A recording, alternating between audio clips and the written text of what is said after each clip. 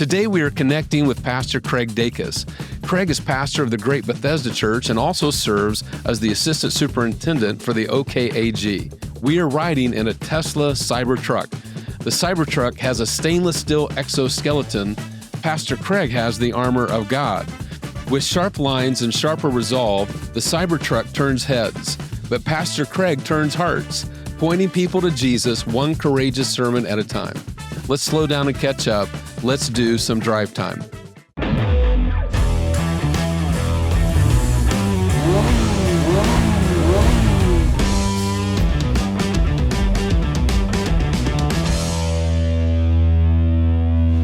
Pastor Craig. How you doing, Pastor? Good to see you. Good morning. How are you? I'm fine.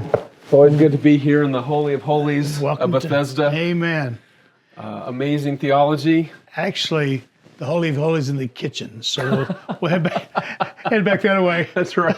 Hey, Boomer Sooner. Come on. Love your office, but you want to go Thank for you. a drive? Yeah, I'm excited. We've picked out a special car. Oh my goodness. We have for you the CyberTruck. That's incredible.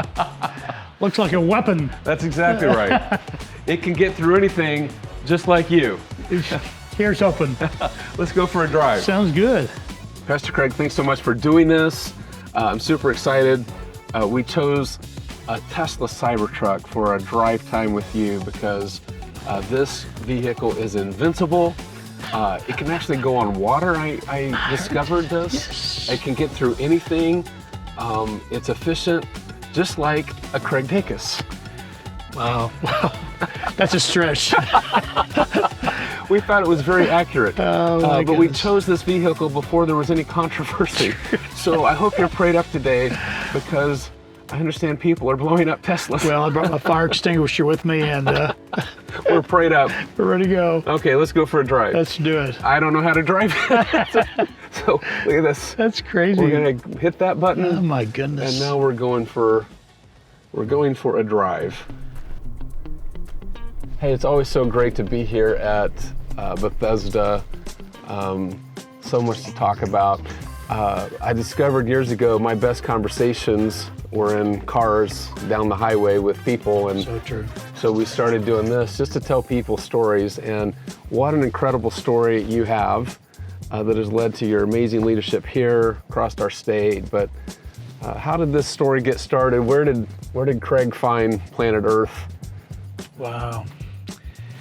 Well, my dad was in the military, and so I was actually born in Fort Sill, right outside of Lawton, and that's where it began.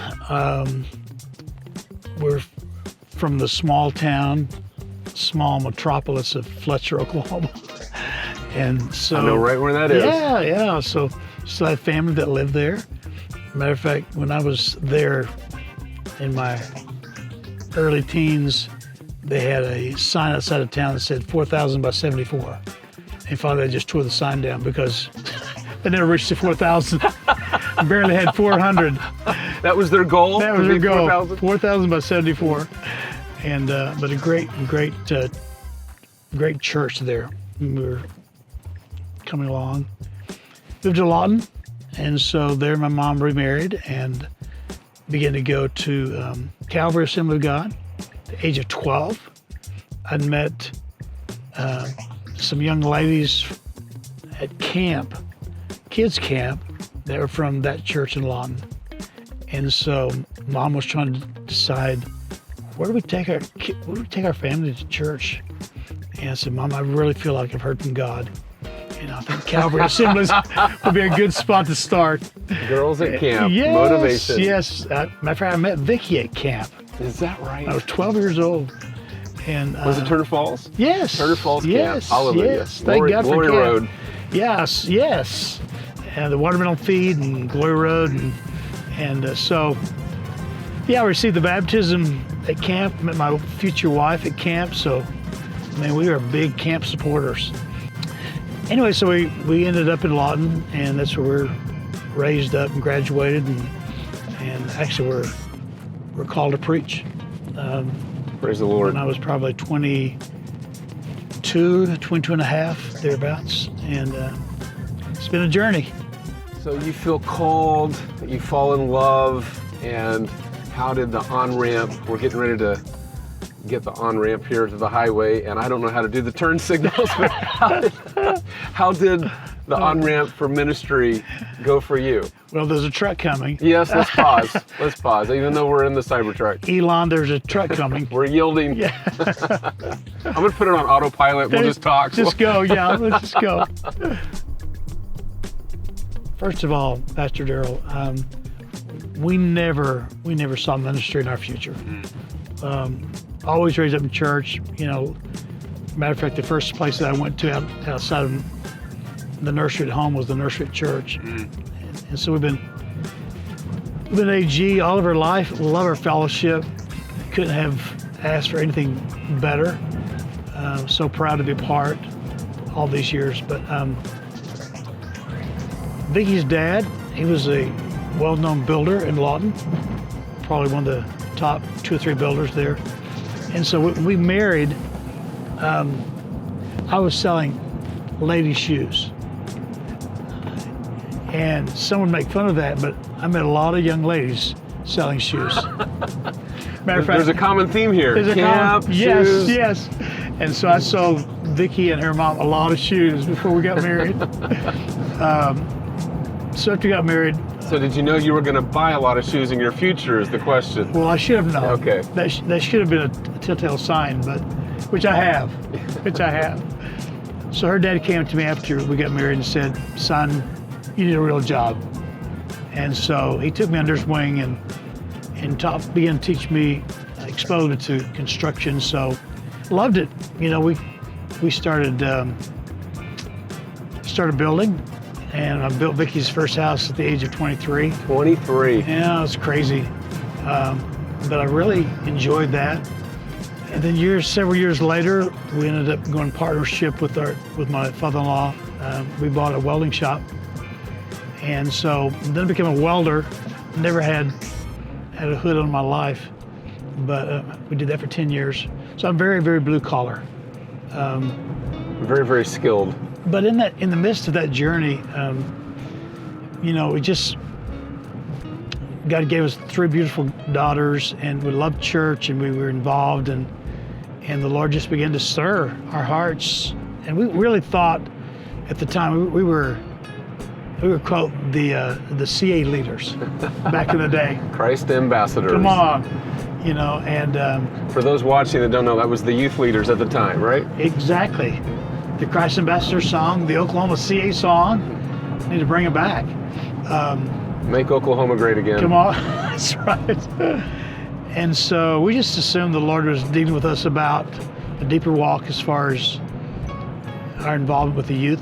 And so one Sunday evening, we're down at the altar, Vicki and I. Everybody's gone except the organist. She's playing. And so back in the day, you know, they had the women's side and the men's side. There's a line right down the middle of the church that you dare not cross. The Corinthians delineation, yes. Exactly. And so if someone came in and they prayed on the wrong side, you knew they were a visitor, or they weren't a assembly of God for sure. And so she was on the women's side, I was on the men's side praying, and the Lord just spoke to me so clearly and said, I want you to be in ministry. I want you to preach my word. And I was so taken back. I've always been very shy, reserved, and that was just not in the cards, not in my future. I didn't think as far as being a public speaker. And so I walked over to Vicki with tears flowing. I said, you never believe what God just spoke to me about. She said, we're to go into ministry. God had literally called her at the very same time. I think that's so important. You know, that both very important husband and wife feel that combined call. They'll do different things, different gifts, but they have a burden. They have a call. I believe that Vicki's just as called as I am to do what she does. I think she's more called. I think you're right, without a doubt. I know, and I love Miss Vicki. Oh man, do we ever? Yeah, and so the organist is playing that old chorus that we all used to sing. He is my everything, he is my all. And the Lord just asked me, am I? As I was knelt. And I said, well, you know that I am. And I know that you are. And kind of like Peter, when Peter was asked about the Lord, lovest thou me more than these? And so that chorus really solidified the call, because it's like, if you really love me, then take up your cross and just follow me. And so that's kind of where it began, and it's evolved since then.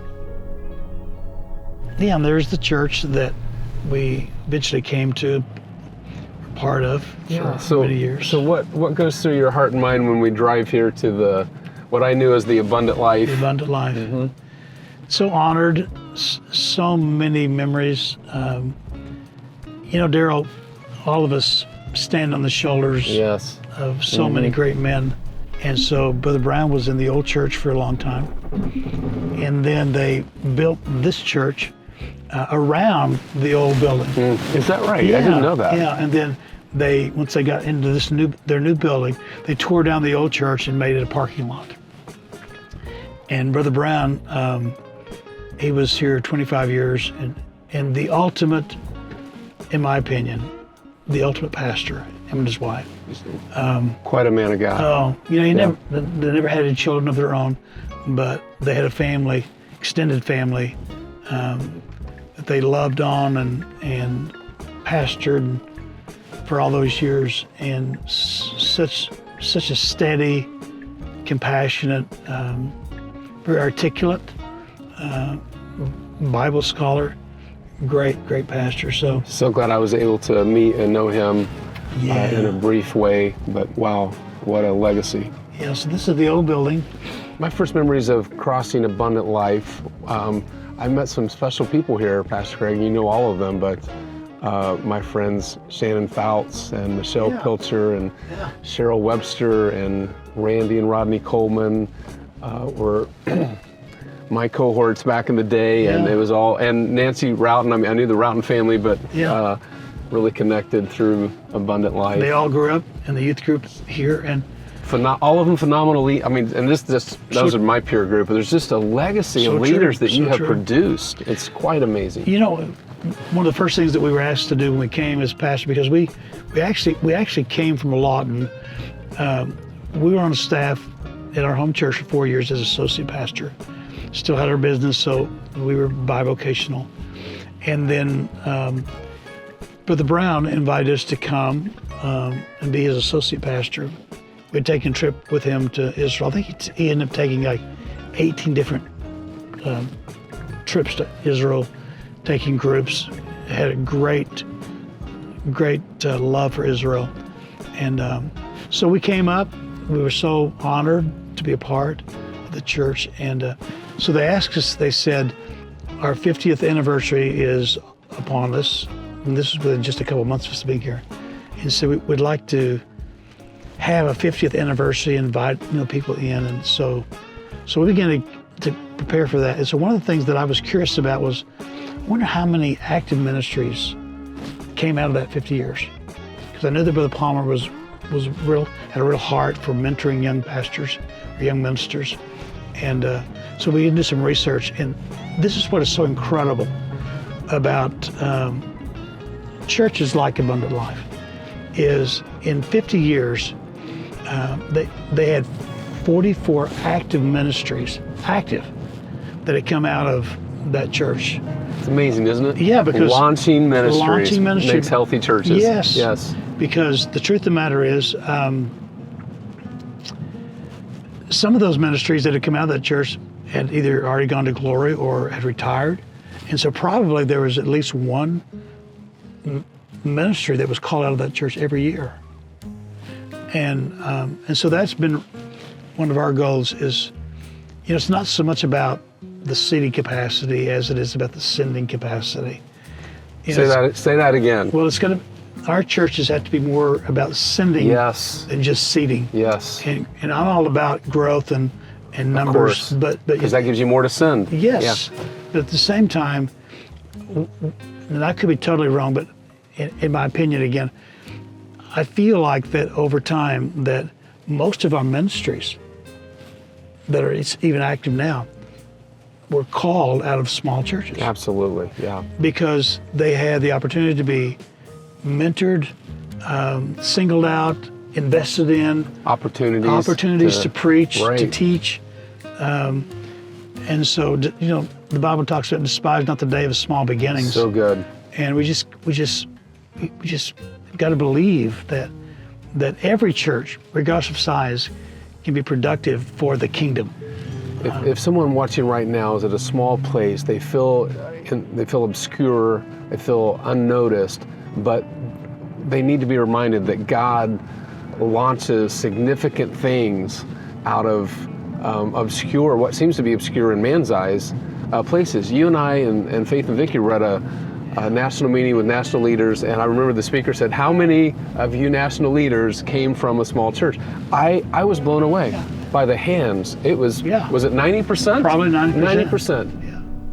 90%. Okay, Pastor Craig, we can't not talk about church planting. So for all of our churches, somewhere in the journey, someone planted, and we thank God for those. And you and Vicky became church planters. Tell us about that. Yeah, so we were in Lawton, like I said, going to Calvary, had our business there, was driving to Elk City during one of the oil booms, and stopped at a little town in southwest Oklahoma, Hobart, where my wife was born, still has family there. And the only time I would go to Hobart was usually a family reunion and not a place that I would want to probably move to, because I rolled up the streets at 5 and no one was there on the weekends. But I think it was on a Monday morning, pulled up in front of a little Stop and Shop. Kids were milling around getting ready to go to school, and I stopped to get something to drink and got back in my truck, and the Lord just, it was almost, felt like it was kind of a Saul on the road to Damascus, where he just came out of nowhere, and the Spirit filled my truck. I began to weep, and I thought, what is going on here? And the Lord just spoke to me again and said, I want you to build a church here. God is so creative, and He's so ingenious as far to catch you off guard. He does do that well. He does do that, yes. And so we began that journey. Back in the day, if there was an AG church there had been for years, but they probably ran about 4 or 5 people at the time, and had for a long time. But you had to go and get permission from the pastor that was there, and approval from the sectional presbyter. And so I went through all the procedures, and I talked to the pastor, and I love him dearly. He's gone to be with Jesus, but he told me, he said, Craig, I'm the only one that's called for Hobart, and said that God has given me a vision to build a church that will seat 1,000 people, and if you're going to be my associate, I would love that. 1,000 people in Hobart? Yeah, that's be a third of the community, so God can do that. Absolutely. But they'd done 5 for 20 years. So prayed about that and didn't feel like that was the lead. So I called the presbyter and told him our heart. We wanted to go to Hobart and start a church, plant a church. And he was quiet. And so in a moment he said, Pastor Craig, I can't let you go. Or Brother Craig, I can't let you go. I said, okay, why not? We're willing to go. He said, better men have gone and failed. And I was nothing like the powerful word of encouragement. Yes. I was a little over-encouraged. I was a little disappointed, but over time, I've considered that, and he was probably right. He was probably right. He was trying to look out for you. Yes, because the church had just been through so many pastors through the years, and you kind of ate them and spit them out, so to speak. But here's what I came to grips with. I can't answer for them, but I need to answer for myself. That's so good. And so we can only answer for ourselves. Just ourselves. and failure was never in our vocabulary. I just knew that God had called us. And here's what I know is that God will never lead you where he can't keep you.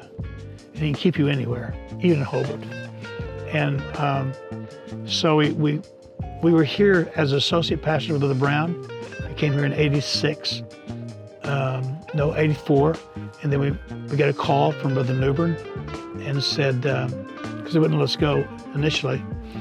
And he said, hey, we have a petition with 50 names that want a church in Hobart. Would you be willing to go?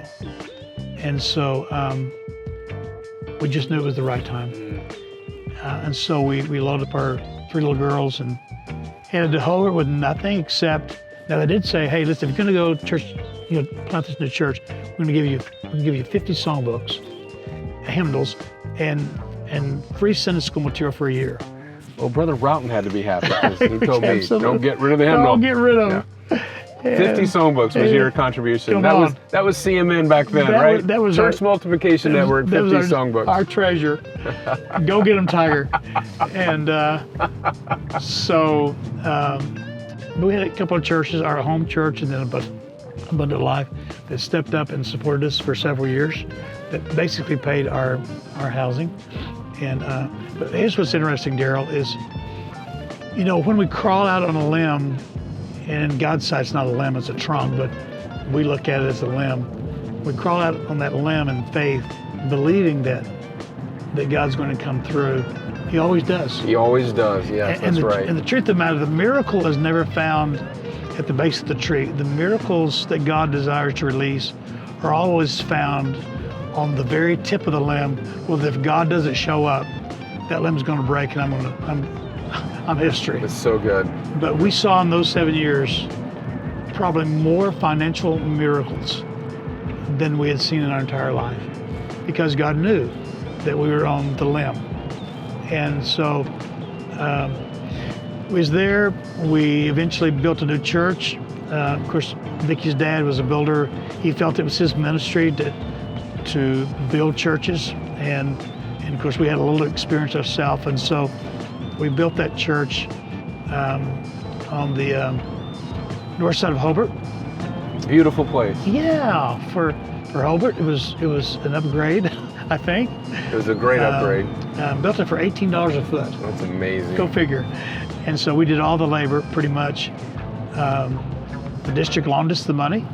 They're very generous. 12% interest at 15 years. 12%. We've lowered our rates since then. Yeah, so you need to see us because we have much lower rates. That's right. But that was the going rate at the time. But check out the revolving fund at OK. That's right. It's there to help churches. Seriously. Kevin Connor, I have his number. You can call him night or day. That's right. That's right. But we couldn't qualify for anything, and so our fellowship was so generous to help us, and literally we built the church for $120,000. It's amazing. Started with 13. Beautiful place. 5 of them was ours, and our last Easter that we were there, 7 years later, we had 199, and we were shooting incredible. Shooting for 200. Surely someone was expectant. I know. Pastor Tommy Barnett would have counted 200. So I told we people, love Pastor Tommy. Oh, we do. I told the church that if we have 200 on Easter, I'll eat Easter lunch on the roof. And so they counted and recounted. Kind of felt like the election in Florida years ago. Hanging chads.